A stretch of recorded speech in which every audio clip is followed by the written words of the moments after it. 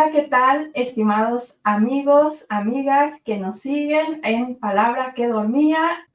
Quiero darles la bienvenida desde donde nos escuchen. Hoy tenemos un programa maravilloso. Estamos muy contentos de dar la bienvenida a un autor, poeta, y para ello me acompaña el día de hoy mi amiga y colega poética, Estela Guerra Garnica. Estela es de Temascalcingo, Estado de México, es profesora de educación tecnológica y socióloga por la UNAM. Ha publicado ensayo, poesía, cuento y crónica, y actualmente sube contenido a su canal literario de YouTube. Estela, bienvenida. Hola, querida Araceli, ¿cómo estás? Qué gusto participar en esta entrevista porque al menos yo estoy fascinada con nuestro entrevistado de hoy, con su poesía y con su estilo de persona. También me agrada muchísimo. Así es, estimada Estela. ¿Qué te parece si nos presentas a nuestro invitado de honor? Hoy vamos a tener el honor y el placer de conversar con Luis Armenta Malpica, poeta, ensayista y director de Mantis Editores, Premio Jalisco en Letras en 2008 y Premio Internacional de Literatura Sor Juana Inés de la Cruz en 2013, entre muchos otros. Los más actuales son el Premio Iberoamericano Bellas Artes de Poesía Carlos Pellicer para obra publicada, que fue en el 2020, Premio Iberoamericano de Poesía Minerva Margarita Villarreal 2021 e Iguana de Oro por la Cátedra Houston de Cine y Literatura de la Universidad de Guadalajara 2022. Es miembro del Sistema Nacional de Creadores de Arte. Sus títulos más recientes son Contradicción de la Universidad Autónoma de Nuevo León 2022, Enola Gay de la editorial Vaso Roto de España 2022, en edición bilingüe. Esto no es un bestiario, de Tedium Vitae 2023 y Camaleones, Razones para Armar, de la colección El Ala del Tigre de la UNAM 2024. Pues Luis, súper bienvenido. Hola, ¿qué tal? Buenos días desde México, buenas tardes allá con ustedes. Bueno, bienvenido Luis, aunque gracias. Aclaro, Araceli está en Noruega, pero yo estoy en el Estado de México. Ah, bueno, buenos días también para ti. ¿Tú dónde estás, Luis? ¿Dónde estás? Yo estoy en Guadalajara. Ok, bueno, pues muy bienvenido a esta plática, a esta charla entre amigas, porque nos reúne la poesía y la tuya es una poesía de muy alto nivel, lo prueban tus premios, te llevas uno cada año, qué bárbaro. He tenido suerte. Bueno, iniciales económicas también. Voy a iniciar con conocer el origen de tu relación con la poesía, Luis. ¿Recuerdas el primer poema que escribiste o el momento en que sentiste que querías dedicarte a la poesía? Híjole, yo soy un escritor bastante atípico. No había escrito nada hasta que llegué a Guadalajara. La familia es de Ciudad de México. Por razón de trabajo movieron a mi padre y nos trajo a todos para Guadalajara. Entonces, en el momento que me cortan con mis amistades, la única manera de seguir en contacto era por medio de cartas. Estoy hablando de los años 70. No había nada de esto que hay ahora de la velocidad de internet. Se escribía uno a máquina, en mi caso, porque mi papá trabajaba para IBM, entonces sí teníamos máquinas, pero si no hubiera sido a mano, se enviaban los correos con estampilla postal y esperabas unos meses la respuesta. Ese fue mi contacto con las letras, porque yo no hacía nada de esto, yo me dedicaba a jugar fútbol y básquetbol y todos los deportes que se podía, ¿no? No se me ocurrió escribir nunca antes de este viaje para acá. Cuando ocurre esto, llegan las cartas de los amigos y me dicen que no me entienden. Y yo dije, bueno, es que yo no sé escribir. Me metí en una escuela de escritores que se abrió en Guadalajara por medio de la SOGEM, la Sociedad General de Escritores de México, para que me enseñaran a escribir y poderme comunicar con con mis amigos de infancia. Y allí me dijeron, lo que estás haciendo tú más bien es una especie de cuento, entonces serás bienvenido a la escuela, pero es una escuela para escribir de una manera formal, no para corregirte la redacción y estas cuestiones, a pesar de que era un diplomado que tomé, ¿no? Entonces, allí me di cuenta que me gustaba mucho escribir y que encontraba ese otro lado que no había encontrado en la vida, digamos, en la expresión normal, porque yo era siempre más retraído, más tímido y tal.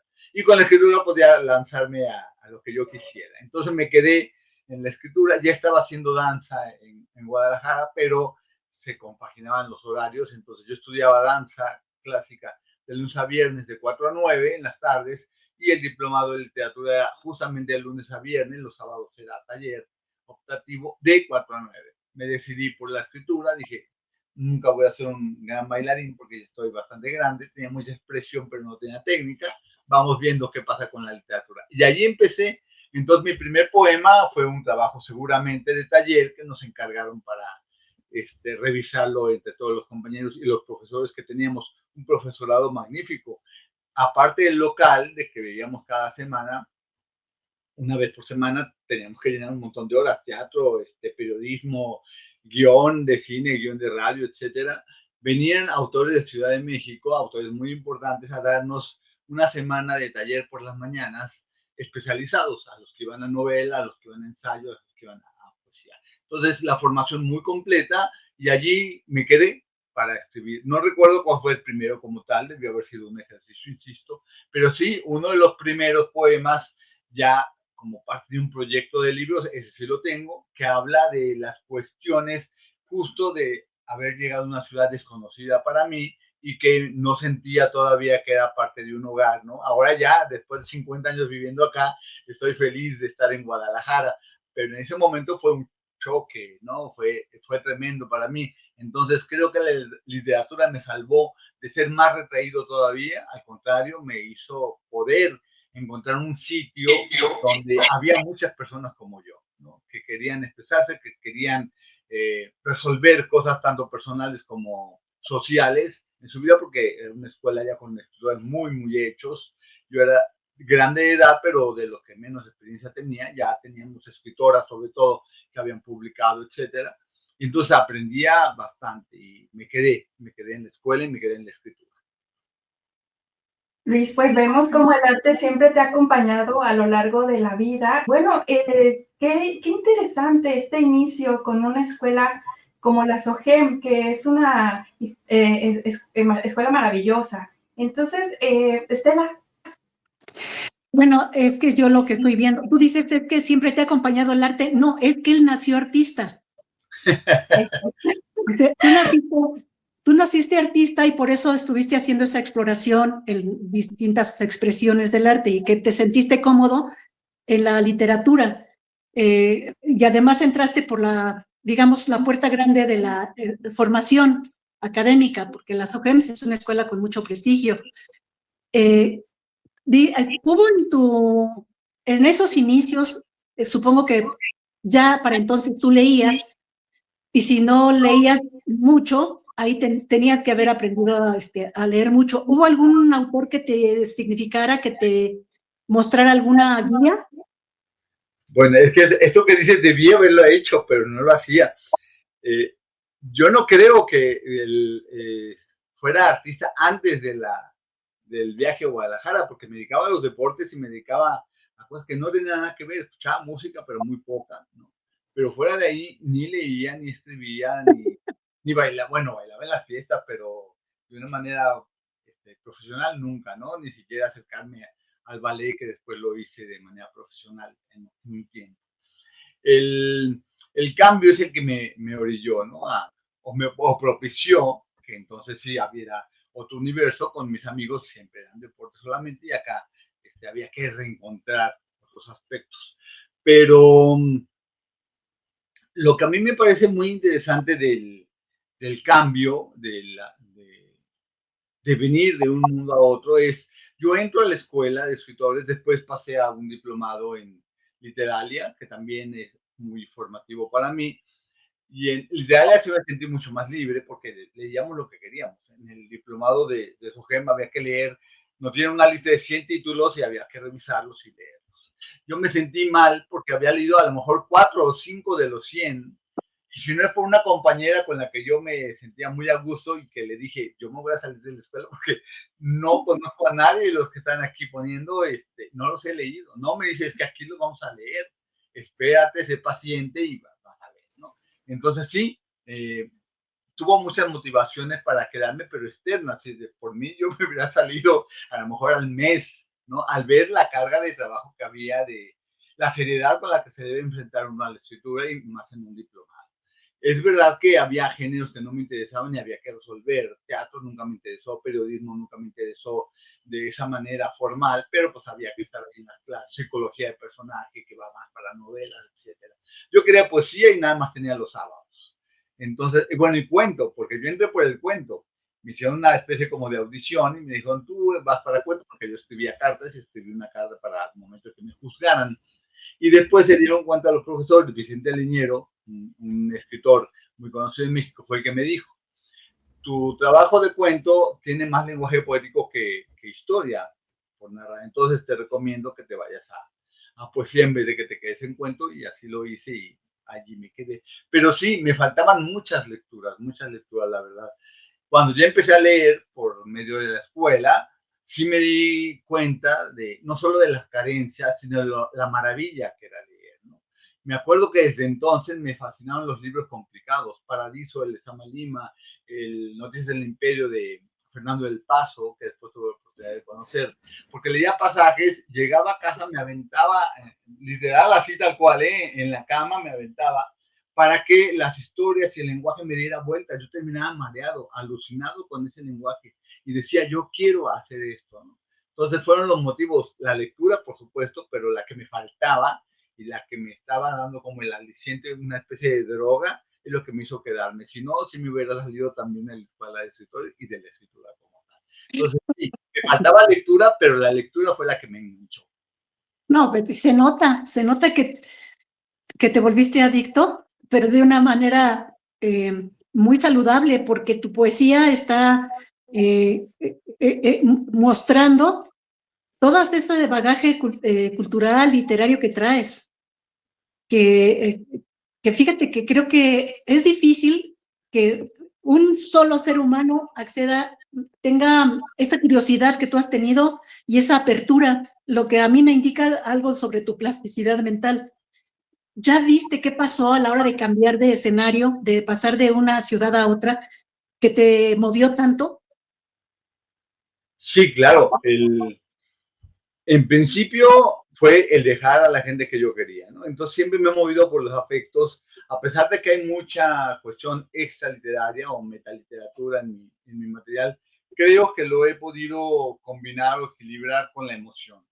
Soy un hombre que me considero muy apasionado, muy intenso, pero poco expresivo hacia afuera. Entonces la única manera de sacar las emociones es por medio de las palabras, ¿no? Creo que lo dijiste muy bien, porque a la hora de regresar a la escritura hay que reinventar parte del lenguaje, ¿no? El lenguaje es el de todos, pero siempre lo estamos reinventando, lo estamos adecuando a nosotros. Y lo que yo he estado haciendo toda la vida, pero ahora ya de manera más consciente, es esto. ¿Qué tanto voy consiguiendo que mi memoria, que es muy mala, soy muy distraído, haga los recuerdos de otra forma, que es con la reinvención de palabras y de lugares? Cuando saqué un primer libro, que habla de este momento que llegamos a Guadalajara y demás, una de mis hermanas me empezó a hacer las apostillas, una hermana mayor, y me decía, es que tu libro está lleno de mentiras, porque tú dices que mi bisabuela te enseñó a leer y no era nuestra bisabuela, era una tía abuela y ella no sabía leer. Entonces, nada más te contaba las historias de la Biblia. Y a mí me dejaba agarrarle el brazo una señora ya muy viejita, y entre las arrugas que parecían papiros y lo que me contaba, yo estaba feliz. Dice, yo te enseñé a leer, me decía mi hermana, antes de llegar a la escuela preprimaria, yo ya leía, pero porque mi hermana mayor me enseñaba a leer.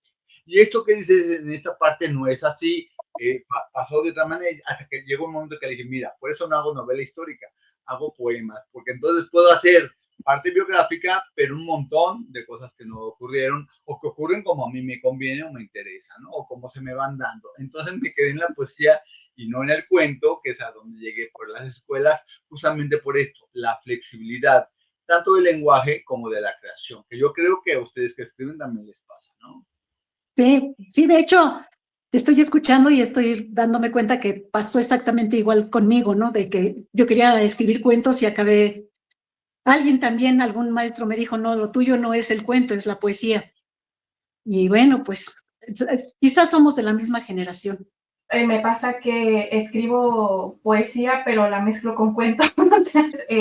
Luis, esto que mencionas del lenguaje, ¿tú crees que la poesía es el lenguaje natural del ser humano? ¿Qué piensas de ello? Híjole, es una pregunta muy complicada. En los últimos años que he revisado mucho material doy talleres, ¿no? Y sobre talleres de lenguaje. Creo que la poesía es uno de los lenguajes de los que nos podemos apropiar, pero no sé si sea el más avanzado, el mejor, digamos, ¿no? Es uno, porque también el cuerpo tiene su propio lenguaje y lo utilizamos mucho en la poesía. Lo que estoy casi seguro, y esto lo dicen más bien los neurocirujanos, y yo estoy de acuerdo con ellos, uno no tiene mucho lenguaje por ser inteligente. El lenguaje, mientras más lenguaje tenemos, nos hace más inteligentes, porque entonces las conexiones entre las palabras trabajan por sinapsis, haciendo tanto ecuaciones como agrupamientos y desencuentros y encuentros sorpresivos a veces que nos van a decir, el mundo existe de otra manera también, pero lo podemos expresar por medio de las palabras, ¿no? De este lenguaje.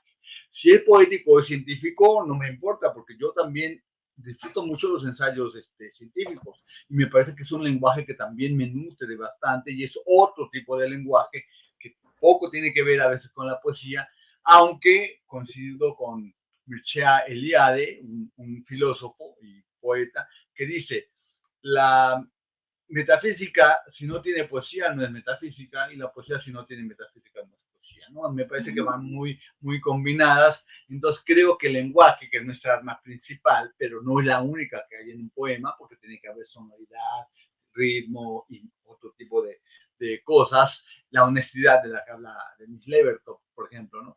Pero sí creo que el lenguaje, en mi caso, es fundamental.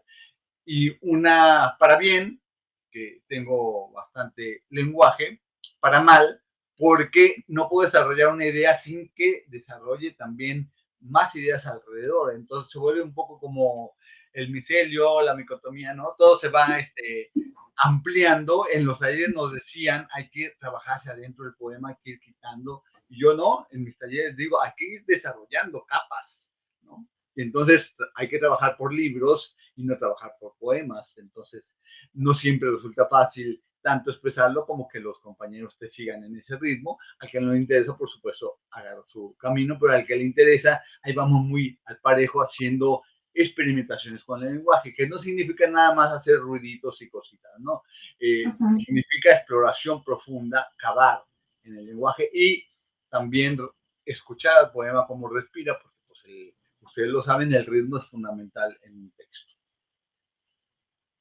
Es que, oye, Luis, te estoy escuchando y estoy viéndote como un poeta cuántico, porque no, sí, tú generas una idea, pero es como el Aleph de Borges. Desde ahí estás viendo todo, el todo.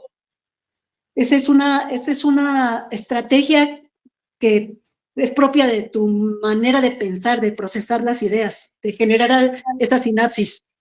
Por eso es muy, muy profundo. Y la gente que tenga acceso a tus libros lo va a comprobar. En ese sentido, ¿hay temas que sientes que te persiguen en tus poemas? Uy, sí, bueno, yo creo que en general la vida es uno de los momentos que más me persiguen, ¿no? Pero el lenguaje, decía, la cuestión social y política en los últimos 3 libros, que los he visto como proyectos. Yo me di cuenta desde la primera vez que hice un libro que no sé trabajar poemas sueltos. Me piden un poema suelto y es fatal para mí. Me dan un tema y no lo puedo trabajar. Tiene que estar dentro del esquema que yo ya tengo preconcebido, porque trabajo el poema primero en la cabeza y después lo saco, ¿no? Entonces, que me digan, vas a hablar o danos un texto sobre una máquina de tren, si no tengo todo desarrollado, ¿qué más va a haber dentro de ese plan de trabajo? No puedo hacer un solo poema que hable de una máquina, de una locomotora, de un vagón. Entonces, es una limitante espantosa en mi caso. Luego son muy largos en las cuestiones de extensión. Me dicen, mándanos un poema. Sí, pero ¿cuántas cuartillas? No las que quieras. Y les mando 14 y se asustan, ¿no? Mi poema tiene 14 cuartillas, ¿qué quieren que haga? Entonces, mando un fragmento o díganme cuántas y veo qué material puede encajar ahí o qué fragmento de poema puede encajar ahí, ¿no? Entonces, sí trabajo por, yo digo proyectos porque el primer libro fue concebido como un proyecto. Hay mucha investigación, tú decías bien, Estela, si el tema me interesa, tengo que hurgar, ¿no? Tengo que cavar, tengo que bucear profundamente, no nomás en lo que quiero decir en la palabra, sino en el tema en sí, para que aunque es ficción, la poesía no sean tampoco aberraciones, ¿no?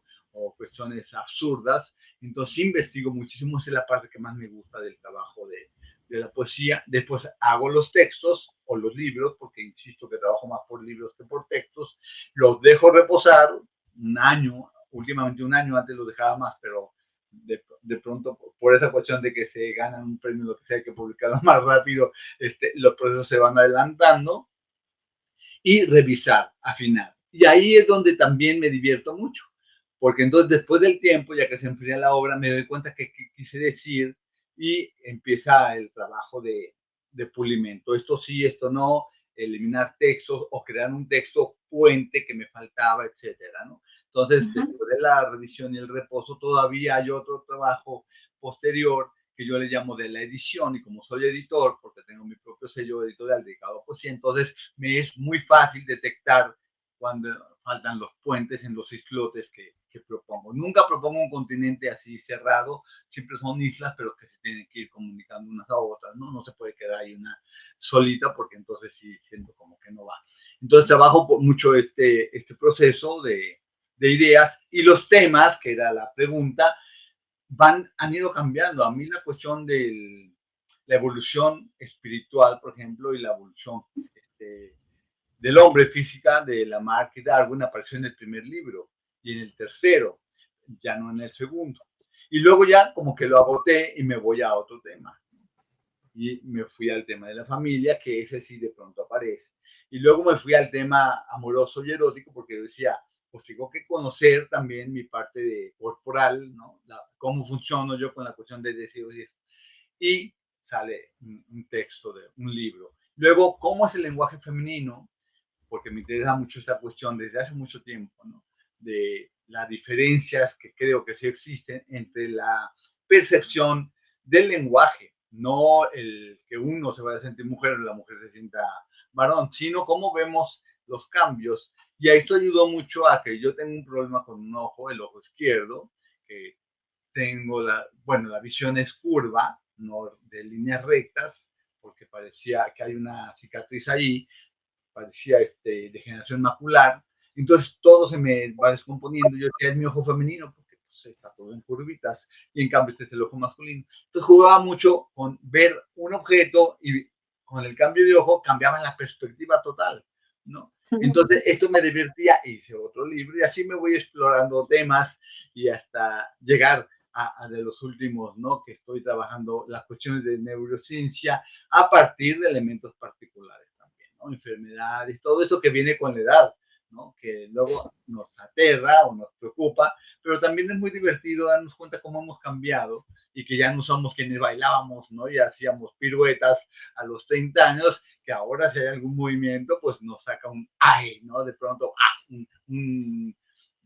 una torcidita de hueso, que ya se escuchó un crack por aquí que te preocupa, etcétera. Todos esos cambios también me viene siendo un tema, si no fundamental, sí, para explorarlo, ¿no? Para desarrollarlo.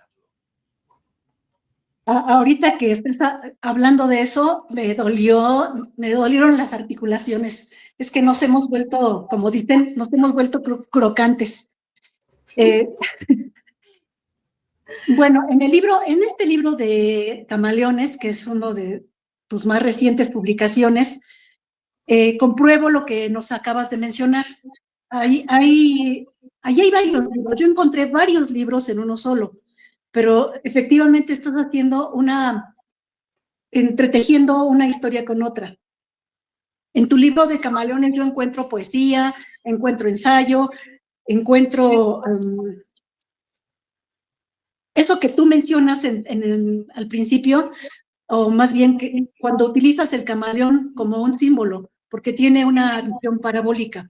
Ahorita que tú estabas explicando lo que acabas de explicar, sentía que estabas haciendo lo mismo. Nos narraste cuál es tu estrategia para construir un libro, pero igual veo que vas así como por capas, construyendo. Aquí en esta parte, y hablando del libro de Camaleones, tú mencionas mucho en todos los libros, bueno, creo que en dos en particular, el tema del monstruo. Y yo quiero preguntarte, ¿a qué te refieres con el monstruo? ¿Quién es el monstruo? ¿Es el autor? ¿Es la obra? ¿Es la creación? ¿Es el lenguaje? ¿O qué? Bueno, me gusta mucho la ambigüedad, te habrás dado cuenta también en las lecturas. Me gusta que el lector sea cómplice y que participe por lo menos en un 30%, si puede más, ojalá, ¿no? Entonces, lo que intenté con Camaleones son dos cosas. Primero, sí, hablar de una figura que se va adaptando al medio, ¿no? Como los seres humanos, o el lenguaje en este caso, que se vaya adaptando. Entonces me propuse manejar el lenguaje incluyente, el lenguaje doblado, el lenguaje científico, para situar también en este periodo que nos corresponde la figura de un camaleón, pero los elementos que van a la par de los otros camaleones, ¿no? David Bowie, que aparece por ahí, Mapplethorpe, etc. Pero en conjunto me ganó la figura del monstruo, Frankenstein, ¿no? El doctor que va armando una criatura a partir de pedazos de otros cuerpos. Yo dije, bueno, yo quiero armar un cuerpo de escritura a partir de otros pedazos de escritura. Entonces me di a la tarea de revisar entrevistas, de trabajar textos que yo ya tenía de mi taller o reseñas que hice para otros libros o que hicieron de mis libros, narrativa, ensayos, traducciones que me permití hacer en alguna ocasión y todo ponerlo a funcionar para crear este cuerpo de lenguaje que es la criatura, ¿no? La criatura como tal sería un poema, pero está hecho de retazos, de muchos géneros y creo que esto no es nada nuevo, se viene haciendo de tiempo atrás, pero esta hibridación, estas mezclas, pueden funcionar bastante bien siempre que esté el autor apoyándonos, cosiendo las partes, ¿no? Aquí ya no hablaría de puentes, sino de el pegado, el hilo que le corresponde al lector. Y por eso le puse como subtítulo Razones para armar. Es un rompecabezas y el lector tiene que ensamblar el conjunto de textos. Muchos me han comentado, algunos en la crítica y otros directamente, que la parte final se hace muy pesada, porque justamente es la más ensayística, ¿no? La que más exige y tiene muchas más referencias, pero mi editora, María Baranda, fue la que le gustó más, porque me dice, es que ahí son como lecciones de poesía, entonces esto para los estudiantes es magnífico, porque se van a dar cuenta cómo se puede armar un discurso y después ya viene el discurso poético que está primero que nada, ¿no? Entonces, primero es el ejemplo y después la posible explicación de cómo se trabaja. Ya que decías, yo expliqué el proceso o la estrategia, esto es un poco la razón final en Camaleones, explicar con medio de otros retazos de trabajos míos o que han tenido referencia con mi trabajo, ese mismo proceso para crear una sola criatura. Y sí, ahí les dejo yo la tarea de que quién es finalmente la criatura, ¿no? Quien arma al monstruo, el monstruo en sí mismo, o quienes ven al monstruo, ¿no? Bueno, es que sobre este tema tengo un montón de comentarios, pero se alargaría mucho la entrevista, porque también podría decirte, entre todos estamos construyendo a través del lenguaje un monstruo que se llama humanidad. Pero, y la humanidad vista como un Frankenstein, nosotros o quienes escribimos poesía, ¿qué parte del monstruo estamos colocando ahí en este cuerpo hecho de retazos, ¿no? Pero bueno, este libro de Camaleón sí, efectivamente, lo sentí como un instructivo, no un instructivo, un manual para comprender, porque no te limitas a utilizar el lenguaje para embellecer, para hablar para dar un testimonio de tu persona, sino obligas al lector a profundizar, obligas al lector a pensar. Ahora bien, en este sentido, ¿tú qué piensas? ¿Crees que el autor, el escritor, está recuperando otras lecturas y está solo haciendo continuación de lo que otros autores han hecho, o tiene la posibilidad de ser original, de innovar? Vaya, otra pregunta complicada.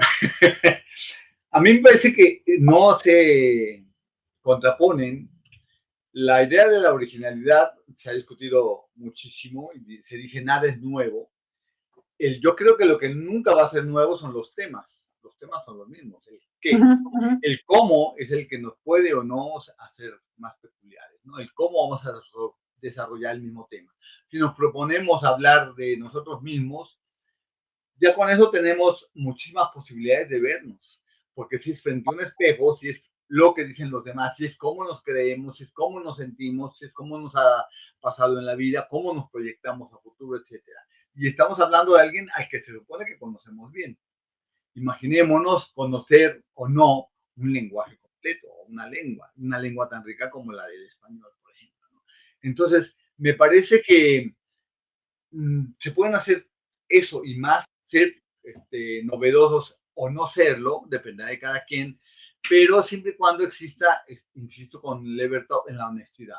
Si yo quiero ponerme muy sencillo, no lo voy a conseguir porque no está en mi naturaleza. Luego me dicen, es que es muy complejo. Yo prefiero la palabra complejo, complicado. Complicado me parece hecho a propósito y complejo, que es natural. Les digo, es que no tengo otra manera de ser. Yo platico con los amigos, con la familia y estoy platicando como ahorita, ¿no? Casi a ratos parece que estoy dando clases y a ratos parece que estoy recibiendo clases también en ese nivel. Ni bajo ni subo el lenguaje. Y aún lo hago con mis sobrinos más jóvenes. No estoy haciendo adecuaciones, entonces no veo por qué tendría que hacerlas con la escritura. Pero a la par, si hay amigos que tienen un lenguaje más sencillo, ¿no? Que yo lo sencillo también me gusta mucho, que no es lo mismo que simple o facilón, entonces respeto que ese lenguaje lo tenga siempre y cuando, por supuesto, también me permita bucear, cavar y hacer todas las experimentaciones que me gusta hacer con otro tipo de lenguaje. Entonces, pareciera menos original y resulta que no. Y luego dicen, es que el buen poeta es el que escribe más sencillo. Eso lo dirá el que escribe sencillo, ¿no?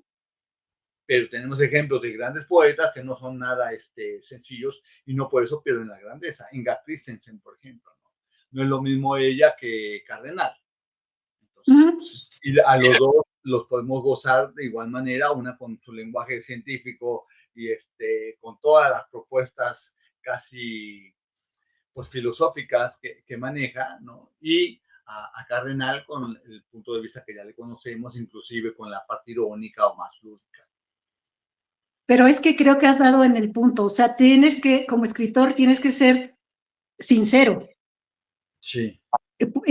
La sinceridad, a la primera persona con la que tienes que ser sincero es contigo mismo. Y ahí viene la autenticidad.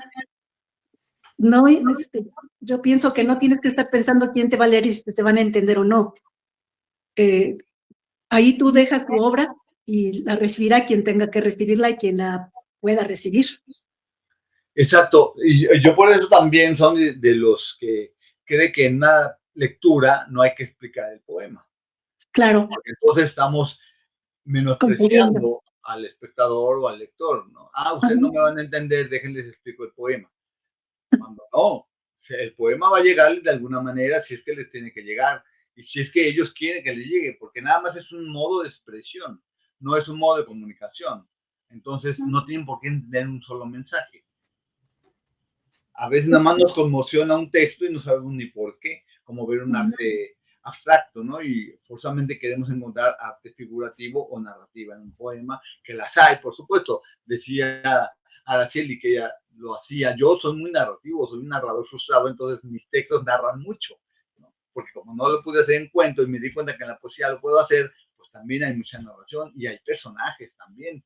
Pero esto no implica que sea más fácil o más difícil de leerlo. Habrá un lector o una lectora que diga, yo sí me identifico, yo entiendo, o para entiendo o no entienda, a mí esto que llamo me llega el texto, ¿no? Y me llega no significa que me saque una lágrima. Decía Jean Cocteau que una buena lágrima no se saca con manipulación, hablando de emociones y sentimientos, sino con una palabra bien puesta, bien escrita. Luis, ¿nos podrías leer un poema tuyo? Ya que estamos hablando de camaleones, ¿podría ser camaleones? Perfecto. Por supuesto, ¿sí? Es un texto que es un poquito un ars poética, o sea, un manifiesto de lo que me gusta en la poesía. A ver, ¿qué les parece? Se llama Aquello que existe solo entre el infinito y la nostalgia. Me interesan los monstruos que la poesía produce, no aquellos animales que de tan conocidos son familia, domados, predecibles, ni los llamados lindos, profundos, quizá conmovedores, sublimes, graciosos, inefables. Me dan curiosidad los que sobrevivieron a Auschwitz, Nagasaki, Chernóbil, Ucrania, Gaza o Yemen. Con menos dramatismo, quienes sí regresaron de los Andes o vuelven de una larga jornada de trabajo, compartiendo esas duras palabras que hallaron bajo nieve o con las que tropiezan. Con alguna sonrisa de ironía que también heredamos de Polonia, Szymborska es mi testigo. Con esa soga al cuello que aprieta en Svetaeva, con la katana al vientre de Mishima. Esa línea finísima que separa el pasado y futuro del poema. Ese blanco, espacio, nieve, ceguera, dubitación o meta, al que nunca llegamos con las mismas palabras. El acto que se cumple en los lectores que arman sus propios monstruos. Aquello que cobra vida solo si no existe. Wow, Luis. Muchísimas gracias, enorme Luis. Esto que estábamos comentando del tema de los monstruos, a mí el poema me lleva de alguna manera a pensar en un poeta, y esto te lo pregunto porque soy una traductora en formación. Entonces, en ese sentido, nos platicabas que para traducir a Celan habría que traicionarlo, porque él no concebía su poesía como metafórica. Entonces, me pasa en noruego, que viene de una lengua germana, tiene la misma tradición de unir palabras para crear nuevos significados. Entonces, ¿qué recomiendas en ese sentido, Luis? Bueno, yo utilizo el ejercicio de revisar muchas traducciones. Hay un libro que critica las traducciones de Chelan, justamente, o de Chelan, porque siempre se le ha traicionado, según los críticos, al momento de que un autor reniega de la lengua alemana. Él nació en Rumania, fue víctima, sus padres también, de la persecución de judíos, y entonces dice que no va a escribir en el alemán de los conquistadores, de quienes crearon o hicieron el Holocausto, sino en el otro alemán, un alemán que ya pertenezca a la liberación. Le decía a Mircea de que también rumano como Chelan, que por qué no en rumano, y decía que es una lengua miurítica. Si tú estás en Rumania, escribes en rumano, pero si no estás en tu país, no escribes en la lengua, sino en la materna, y su lengua materna era como tal la alemana, ¿no? Lo que hace entonces es escribir poemas rompiendo la estructura del alemán, que esto es muy fácil en alemán, con guioncitos y rupturas tal cual, que media palabra queda, por ejemplo, para hacer muy simple, ¿no? Si ponemos, estamos aquí simple y abajo ponemos mente, rompimos la palabra simplemente. Y acá pueden funcionar las dos. Pues lo hace Celan muchas veces en su poesía, pero el alemán ya es aglutinante, entonces permite este tipo de contracciones y luego de rupturas. ¿Qué hacemos o qué hacen los traductores? Yo no traduzco del alemán. Utilizar una metáfora, porque como son tantas palabras juntas, ¿no? Van a crear un solo concepto. Esto lo hace la metáfora, pero con el lenguaje se harían muchas palabras. Entonces, lo primero que están haciendo es traicionar el espíritu de Celan, ¿no? De que no quiere el mismo idioma que ya se estaba trabajando. Para traducirlo hay que traducirlo desde el alemán anterior, desde la lengua germana como tal, ¿no? Es un asunto que no se puede resolver. El que pueda leer y bien alemán, pues va a gozar del Celan que lo sabe hacer. El que nada más medio mastica el alemán no lo va a poder hacer, porque es como si nosotros pudiéramos leer, que lo hay, ¿no? Quienes lo hacen, a Cervantes o el poema del Mío Cid desde la época en que fue escrito, en este español inicial, ¿no? O lo que llamamos ahora italiano, que no es italiano, en Dante Alighieri o en Petrarca. Entonces, es tan especializado el discurso y el lenguaje que tenemos que leerlo acercándolo a la época del propio Shakespeare, ¿no? Se lee en el inglés actual o en el inglés de los años recientes, no en el de la época, porque ya nadie identifica, o muy pocos identifican esa lengua. Entonces siempre va a haber una tradición en ese aspecto de la traducción, pero también algo que yo insisto en los talleres, nos perderíamos más no leyéndolos que leyéndolos aunque sea traicionado. Tenemos cierta idea de qué está haciendo el autor y a partir de ahí recomponerlo nosotros y que nos guste o no nos guste, sabiendo que estamos leyendo una traducción, nunca el autor.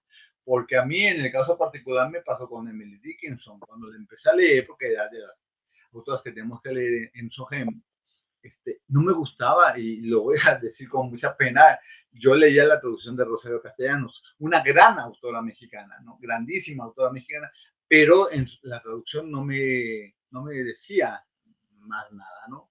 Entonces leí otras traducciones hasta que hablé con un especialista, un joven cubano, ya fallecido, que me dijo, es que estás leyendo mal a Dickinson. Si no la lees en inglés, léela con de traductor, ¿no? Y él conocía todas o muchas de las traducciones. Y entonces, no tengo el nombre ahorita a la mano, pero lo leo y me fascina a Dickinson. Estaba leyendo mal a Dickinson desde las otras lecturas, ¿no? No forzosamente por ser grandes autores van a ser grandes traducciones. Me gusta mucho el término de Paz que dice aproximaciones o versiones. A lo mejor no entraron en el espíritu del autor o de la autora y entonces se quedan con el puro lenguaje. Yo cuando empecé a traducir del francés, me di cuenta que yo traicionaba mucho, porque yo entonces volcaba el lenguaje que me daban a mi manera de ver el mundo. Entonces había una palabra que no me gustaba como cráneo, ponía otra, cabeza o una cosa así, porque me parecía muy dura. Entonces eso es hacer una versión, pero también eso es traicionarlo. Si el autor sonaba muy brutal en su francés, yo tenía que dejarlo brutal aunque no me gustara, porque teníamos que embellecer lo que le criticaban, por ejemplo, a André Boucher en la traducción de Celan, ¿no? Que siempre estaba embelleciendo cuando si algo no tiene la poesía de Celan es belleza, porque está siempre en la violencia, ¿no? Y es que traducir poesía es muy difícil. Si ya de por sí en tu propio idioma hay gente que no te comprende o que le lleva tiempo sincronizar algo de tu poesía con lo que le es significativo a él, ahora hacer que se comprenda lo que aún en otro idioma se quiso decir requiere, no sé, no podría decir qué, pero efectivamente las traducciones que tienden a ser literales. Era una tendencia. Antes se decía que había que traducir tal cual estaba el discurso, ¿no? La traducción literal, y después empezaron las aproximaciones. Ahora ya hay tantas traducciones que hasta algunas nada más se llaman traducción libre, porque toman el pretexto del tema y hacen otro tipo de trabajo, ¿no? Y casi son coautores de un texto, que también creo que se permite, pero lo ideal, y ahora los tiempos también lo permiten, que nos acerquemos a ese material. Cuando no podíamos, nos llegaba la única traducción que había, casi siempre de editoriales españolas, que nos llegaban en ese español chocante, ¿no? De decir gilipollas cuando en español latino tenemos otro tipo de palabras, y entonces decías, híjole, ¿por qué me hacen esto? Me sacan del texto, ¿no? Pero era lo único que había. Ahora ya, y sobre todo los jóvenes ya mucho más educados con educación, quiero decir, licenciaturas, posgrados y demás en letras y todo esto, hasta en traducción, pueden hacer ellos mismos sus versiones, que es una maravilla. Pero quienes no hicimos estudios formales, pues tenemos que conformarnos con lo que hay. Y yo lo agradezco muchísimo, por bueno o malo que haya sido el primer contacto, lo agradezco mucho, porque si no, no hubiera llegado a distinguir cuál sí se casaba más conmigo. Y habrá quien diga, no, a mí me sigue gustando más la Dickinson que lee o que leyó en su tiempo la Castellanos, ¿no? Sí. Oye, Luis, ¿cuántos idiomas hablas? No, de hablar con trabajos del español. ¿O lees? Leo en francés y algo en inglés, pero solamente. Mi pronunciación es muy mala en ambos, entonces no cuenta para nada. Bueno, pero traducir es otra cosa, no tienes, o sea, tiene otros recursos la traducción. Sí, pero la sonoridad es que cuando me invitaron a un festival en Moscú, me hicieron la traducción de mis poemas, me la mandan para que la revise yo. Pues les dije que así como venga, está bien, pues yo qué puedo saber, ¿no? Entonces, llego a Moscú, van por mí dos muchachas, porque son las que sabían español de una escuela de idiomas o de letras. Y entonces, al día siguiente llegaba mi traductor, y mi traductor no vivía en Moscú, era de Nueva Siberia, a 4 horas en avión de Moscú. Y no hablaba español. Yo pensé que me iba a entender y iba a platicar con él. Escribía, entonces parecíamos sordomudos porque yo le escribía y entonces él me escribía y me hartó, porque como no conocía Moscú, nada más era Plaza Roja, primer día, Plaza Roja, segundo día, me agencié a las muchachas y les dije, no, yo me voy con ustedes, porque hablando español, aunque sea yo querer comer tipo Tarzán, pero me entendía más con el traductor. Y entonces ahí me di cuenta que sí, pueden las traducciones ser muy buenas, nunca me enteré, ¿no? Pero le fallaba el oído. Entonces, ¿cómo puedes transmitir un texto, por ejemplo, a mí que me preocupa tanto los ritmos y demás, si nada más se preocupaban por la intención, por las ideas, por el lenguaje, ¿no? Y luego el ruso, no sé si han escuchado, yo, por lo menos en esos encuentros que la mayoría hablaba ruso, había muy poco de los idiomas, yo era el único que hablaba español, iba a llegar un chileno y no llegó, sonaba muy rudo, muy fuerte, ¿no? Entonces, hasta mis poemas me pedían que los repitiera y los repitiera porque yo creo que se les hacía raro, que sonaba bien distinto a como lo estaban machacando en el momento de hacer la lectura. Entonces, cada idioma, a mí el catalán me parece también un poco más violento y con toda la cercanía que tiene el francés, que es más suave, o el español, me parece un idioma como más rudo al oído, ¿no? Entonces, sí, con el ruso yo quedé espantado. Y fue esto, ¿no?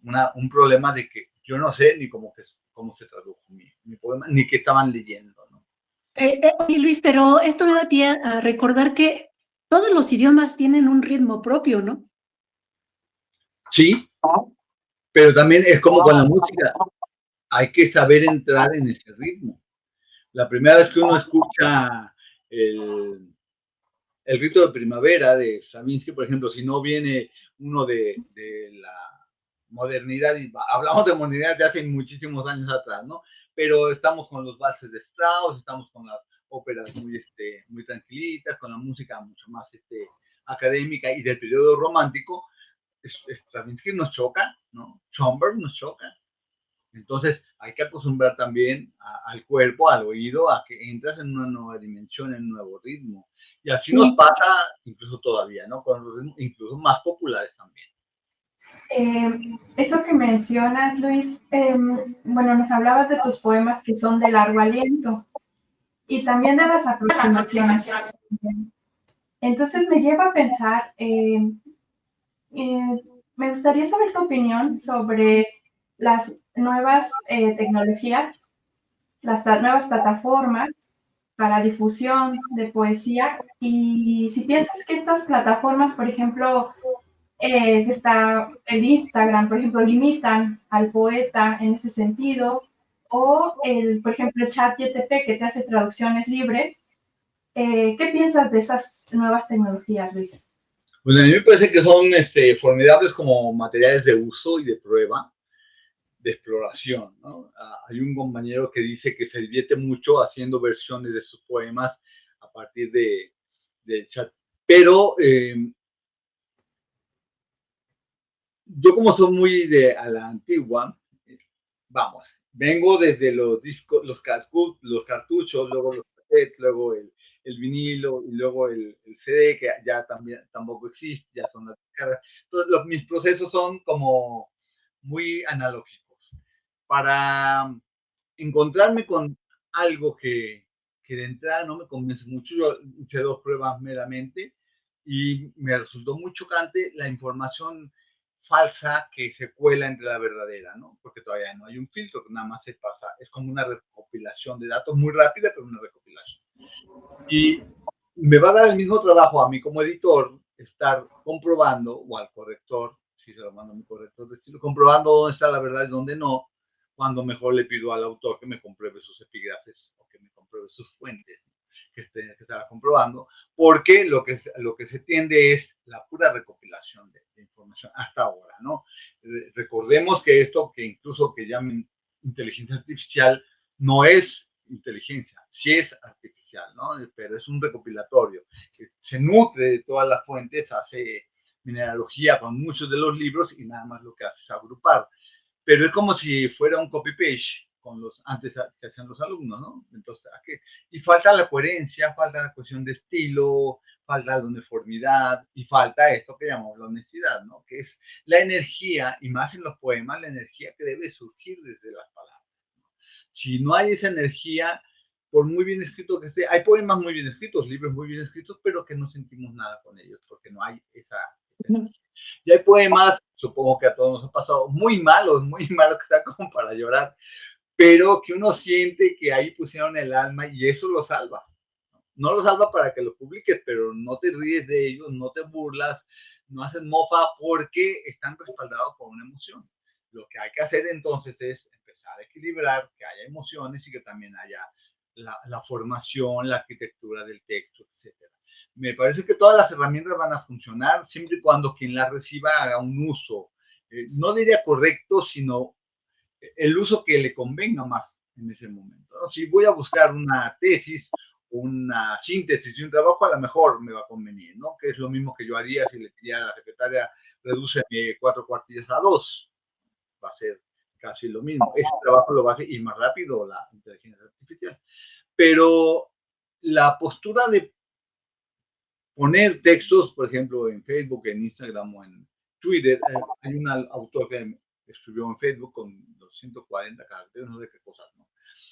Que fue muy bien el ejercicio a la hora de en español. Cuando lo que es en inglés nos metimos en líos porque entonces ya no daban el número de palabras y había que poner un montón de cosas que no funcionaban, no para darle la largueza. Ahí yo no estoy seguro de que me guste, porque no creo que sea una plaza pública donde uno llegue y aviente el poema, ¿no? Tiene que ser un lugar más especializado. Sigo creyendo que el acto de leer poesía y de leer poemas es de casa, es íntimo. El poema se lee en voz alta para escucharlo resonar, entonces no lo vas a gritar en una plaza para que los demás te escuchen, y nomás para que te pongan un dedito de me gusta o no me gusta. Creo que para mí es banalizar el trabajo. Si la gente más joven que piensa de otra manera piensa que ese es el uso correcto, no lo voy a invalidar, por supuesto. Pero no pongo textos para buscar un like, ni tengo autores muy populares o influencers por el mismo fenómeno de popularidad. Me parece que la calidad puede ser muy popular también, pero no es el vehículo que me gusta. Yo sigo pidiendo a los autores que me manden su material, pasa por el consejo editorial y si tiene 3 fallos favorables, entonces sí lo publico. Ahí empiezo a dialogar con el autor, se hace el trabajo de edición. No soy un impresor que como venga el libro se publica, ¿no? Hay un montón de cosas que se cambian, a veces los títulos se cambian, desaparecen poemas y demás, o encargo ciertos poemas, porque creo que ese es un trabajo de edición. Entonces, como son muy a la antigua, no artesanal, pero sí muy a la antigua, entonces creo que veo las reacciones de este tipo de fenómenos, me gusta que existan, mientras más herramientas haya, mejor para hacer las cosas, pero inclusive con esto que llaman poemas expandidos y demás, de que le ponen música e imagen, estoy un poco en desacuerdo, porque el poema crea su imagen, es una de las vertientes, la idea, la logopea, la fanopea, que es la imagen, y la melopea, que es el ritmo. Sumamos la honestidad y entonces ya tenemos así como la silla en la que se puede uno aposentar. Con 3 patas no te caes, pero si hay 4, mucho mejor. Pero si la imagen ya te la dan externa y el ritmo te lo da otra música, entonces el poema, ¿qué va a hacer? ¿No? Si ya lo dejas en una sola de sus dimensiones. Me parece que se vuelve muy plano justamente como es un elemento que no tiene más dimensiones. Hay que tener por lo menos 3 para que funcione y la poesía los tiene por sí misma. ¿Para qué llenarla de recursos, muletas, sillas de ruedas y demás si puede caminar ella sola? ¿No? Esa es mi postura. O que debería de caminar ella sola. Sí, claro. Y si no, pues que se caiga. Pero que no le estén empujando ni le estén llevando otros, ¿no?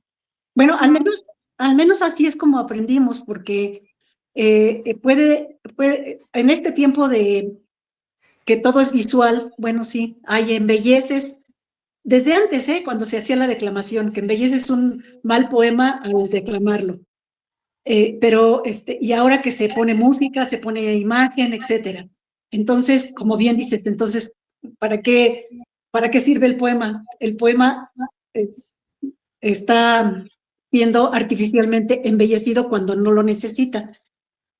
Pero cuando pasa el tiempo y que, bueno, no sé, ya con los cambios tecnológicos, si ocurre igual que antes, porque conocemos poetas y a través de su obra que vivieron hace 1500 años, 300, 200. ¿Quién sabe si en el futuro ocurra lo mismo? Bueno, a mí lo que me parece en general, ¿no? Que es un trabajo del escritor es escribir, bueno, la lectura viene antes, por supuesto, escribir, publicar cuando quiere publicar y ahí sí termina su trabajo. El resto, yo le llamo relaciones públicas, ¿no? Yo soy muy malo para las relaciones públicas. Si me invitan a un festival voy, por supuesto, pero si algo no me gusta y me preguntan, lo digo. Entonces, al siguiente año ya no me invitan. Y así, prefiero mantenerme en cortito. No es tan deliberado, no me sé relacionar muy bien y pongo muchos pretextos. Por ejemplo, ahorita debería haber estado en la Feria de Nueva York que me invitaron porque se lanza un libro bilingüe allá, pero le dije a mi editora, Janet Clarion de Vaso Roto, mientras esté Trump en el poder, yo no piso Estados Unidos. Entonces es una declaración política, ¿no? No tiene nada que ver con la escritura, pero al final sí tiene que ver con no, tiene todo que ver, tiene todo que ver. Entonces me da mucha pena porque están los libros allá, me mandaron unas fotos y se ve todo muy, muy bonito, pero tampoco siento la necesidad de correr a Nueva York o de correr a algún lado para que me vean. Que los libros estén haciendo su trabajo y que los editores, y yo lo agradezco mucho que me han editado, acerquen los libros a las librerías y a los posibles lectores, yo con eso tengo suficiente porque es el trabajo que yo hago como editor. No sé llevarlos y traerlos a programas de televisión y que se hagan famosos, no me interesa. Me parece que perseguiría el reconocimiento de la obra, no la fama de la obra, ¿no? Y menos la fama del autor. Pero es que también eso es congruencia, Luis. Y también tiene todo que ver con la escritura, porque el poeta no es un ser multidimensional, pero está aglutinado en una persona. Entonces, tú eres poeta desde que te sientas a escribir y hasta cuando te vas a comer con alguien o estás leyendo un libro. Eres el mismo siempre. Entonces, creo que tiene todo que ver con esa congruencia. Si no vas a Estados Unidos por la razón que dices, Eso habla de quién eres. No eres aquí una persona y allá eres otra. A reserva de que lo comentemos después, ¿tú cómo ves? Ser poeta es una manera de vivir, una manera de estar en el mundo. No es un camino para ganar fama, popularidad y likes. Bueno, sí, pero también, es que son muchas cosas. Yo creo que lo principal es el ser humano, ¿no? Y el ser humano escribe poemas. Hay una maestra que yo adoro, Patricia Medina, con la que digamos, es mi tutora, que decía que había que hacer líneas paralelas entre la escritura y el hombre. Si se iba más arriba la escritura, había que revisar al hombre. Si se iba más arriba el hombre, había que revisar la escritura. Que tenían que caminar parejo. Y siempre me gustó esa postura. Muy creo que tú le dices congruencia o coherencia. Yo creo que sí, en estas líneas paralelas hay que intentar que el poema corresponda al ser humano y que si el ser humano se quiere hacer mejor ser humano, pues el poema tiene que ser mejor poema también, ¿no? Y si no, pues hacer un alto, no trabajar en menoscabo del ser humano para que crezca el poema o supeditar el poema para que crezca el ser humano. Me parece que ahí está la congruencia, si la hay, en que vayamos caminando al parejo, porque son dos caminos del mismo individuo, ¿no? La poesía no existe fuera del individuo que la hace, pero sí la ven los demás a partir de que esté fuera del individuo, que es cuando la escribe y la publica. Pues queremos escuchar más poesía, estimado Luis. ¿Compartes otro poema? Bueno, este es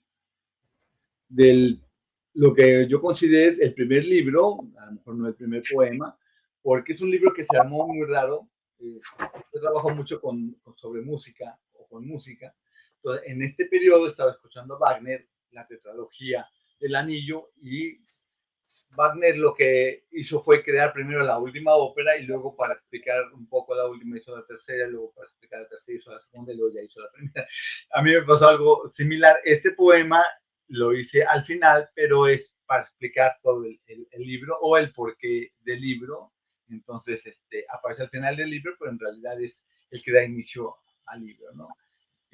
Es un fragmento, porque lo que decíamos de un texto muy largo, se llama Ciudad de Mar Interno. Es del 96, para que tengan algo de piedad. Yo fundé esta ciudad a los 15 años. Qué lentos, tibios ojos conquistaron la piedra, levantaron un muro, fundieron la argamasa con el pecho caliente de quien llegaba a ciegas, tropezando su cuerpo con la vida. Concebí esta ciudad contra mi vientre como una madre indómita y soltera. Nodriza de estas calles, ¿quién pudiera decir que no son mías? Se han secado mi pecho con la sed portentosa de los recién nacidos. Si por sentirme madre recuperé mi nombre, las estrellas robadas al insomnio de cuando rompía el mar en mis cabellos. Llegué apenas un niño, pero reconociendo el mineral en piedra que cuajaba. Adamita, geoda, piel de víbora y onix, mercurio y flor del diablo. Nada salía de mí sino el polvo antiquísimo que todo lo destruye. El silencio, aquel ruido interior que tanto duele, hizo en mi paladar su madriguera. Pero el mar pernoctaba porque se oía en las gárgolas. Animal de baldío descendía de mis cejas a los labios. En la abierta aridez del horizonte, la piedra que encontré era una flor volcánica. Contra las telarañas del hastío, su fulgor parecía arrebatar los ojos a mi cara. Entonces me di cuenta que morir es quedar uno inmóvil, mirando lo que ya no se mueve. Suspendo ahí porque es un texto largo, ¿no?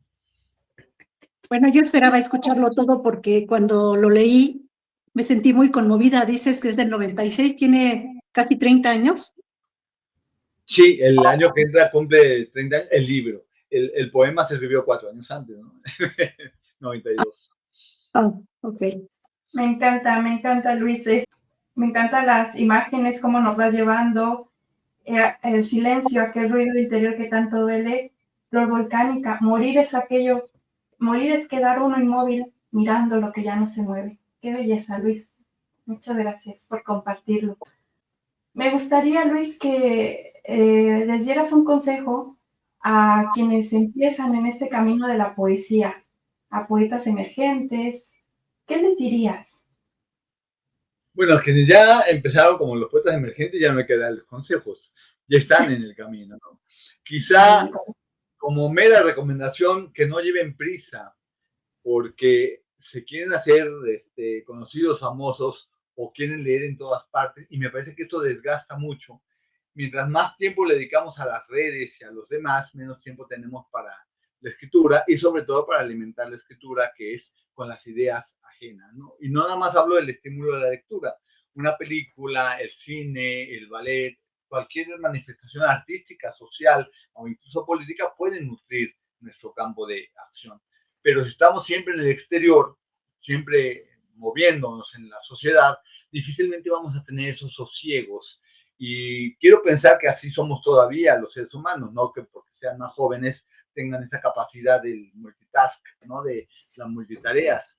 Se pueden hacer muchas cosas al mismo tiempo, pero la escritura y la lectura requieren concentración, la música requiere concentración. No podemos estar escuchando música y estar escribiendo, porque entonces una de dos va a perder. La música se queda como ruido de fondo y escribimos a partir de ciertos ritmos o del pulso, a la emoción que nos provoca la música, pero ya no estamos escuchando la música. O vamos a dedicarnos a la música y se nos va a ir la idea del poema. Entonces, sí pediría que fueran mucho más pacientes, más lentos en el proceso, que fueran calibrando sus potencias. A veces no toda la gente está hecha para el poema, que revisen muy bien. Me da mucho gusto que la gente más joven ahora escribe novela y escribe ensayo, escribe cuento, escribe poesía como si no pasara nada, ¿no? No sé si en todos los campos lo hagan bien, yo conozco muy pocos donde funcionan de verdad y a lo mejor es cosa mía porque yo como no pude nunca funcionar en la narrativa, pues me refugié en el poema y como nunca pude hacer ensayos formales, pues también puse un poquito de reflexión en el poema. Pero si lo pueden hacer, bueno, también los tiempos y la separación de géneros creo que es importante, aunque después vayan a hacer hibridación, ¿no? Más bien la recomendación sería para que no se acerquen al poema y sería no le tengan miedo a la palabra siempre va a estar allí. La diga alguien, la escriba alguien o la digamos nosotros. Hay que saber dónde están las palabras, que ya no son las palabras comunes, las de todos los días, el lenguaje, pues llamémoslo si quieren poético, y que no nos asuste.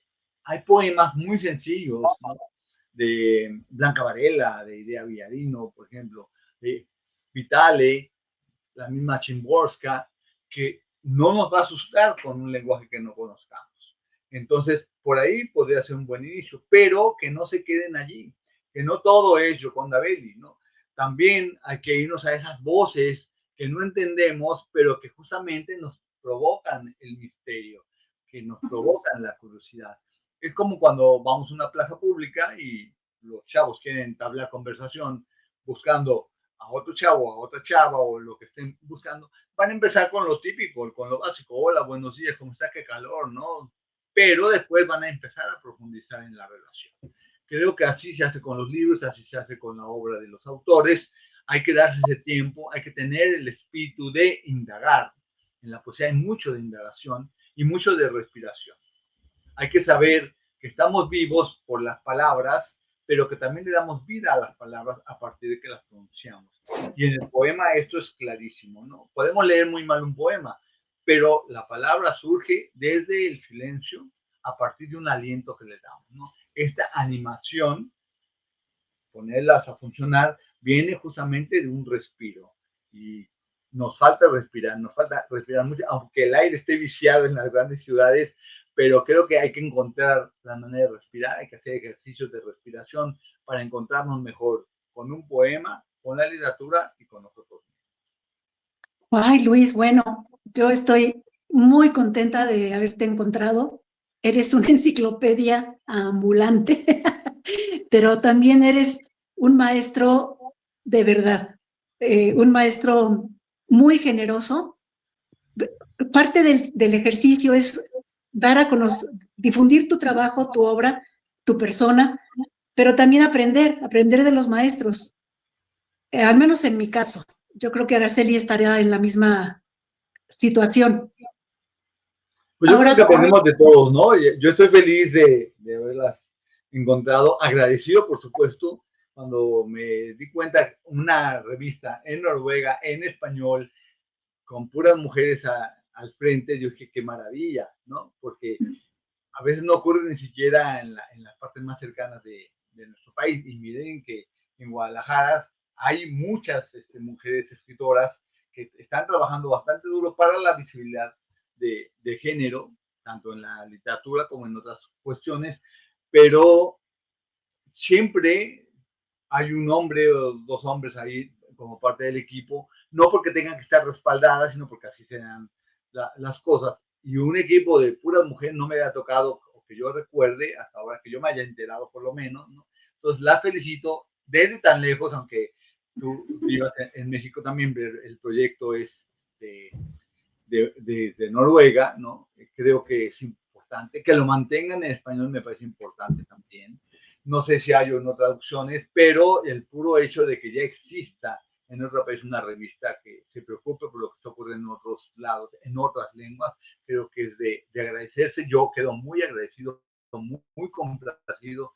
Y sí, por supuesto, seguiremos en contacto para platicar, para revisar, para compartir experiencias, porque si estamos en la escritura es porque queremos compartir, ¿no? El poema es solamente una manera de expresión, pero lo que siempre estamos buscando es al otro. El otro, sea lector o sea espectador, sea un amigo, por el caso. Entonces, y si ya los encontramos, pues no los vamos. Sí, sí. Buscar la parte, buscar al humano que hay en cada uno de nosotros. Yo me voy a quedar con esta frase de tu libro de Camaleones, de la página 93-94, que dice: todo libro de poemas es una casa, pero se vuelve hogar si le ponemos encima los dos ojos y hacemos un esfuerzo para llenar el corazón con sus latidos. Insisto, corazón, no digo ideas. Pues yo me quedo con... Pues mi corazón con ustedes. Quedo muy satisfecho, muy contento. Gracias. Hasta los nervios se me quedaron, se los agradezco. Es que te dije que no había por qué tener nervios si estamos entre amigos. ¿Con qué te quedas? Sí, se siente, a pesar de la distancia y de que son pantallas, no una reunión que siempre es mejor presencial, se siente esa buena vibra, ¿no? Se siente calidez y lo disfruté mucho, de verdad. Mucha qué bueno, qué bueno. Pues yo me quedo con este verso que dice, por supuesto de Luis: la nostalgia es un mar que regresa de las otras ciudades sumergidas. Muchísimas gracias, Luis. De verdad, ha sido un verdadero placer y un honor. De verdad, gracias. No, al contrario, estamos en contacto. Lo que se ofrezca, ya saben, estoy para servirles. Y felicidades. Gracias, muchas gracias. Gracias a los amigos que nos han seguido hasta aquí.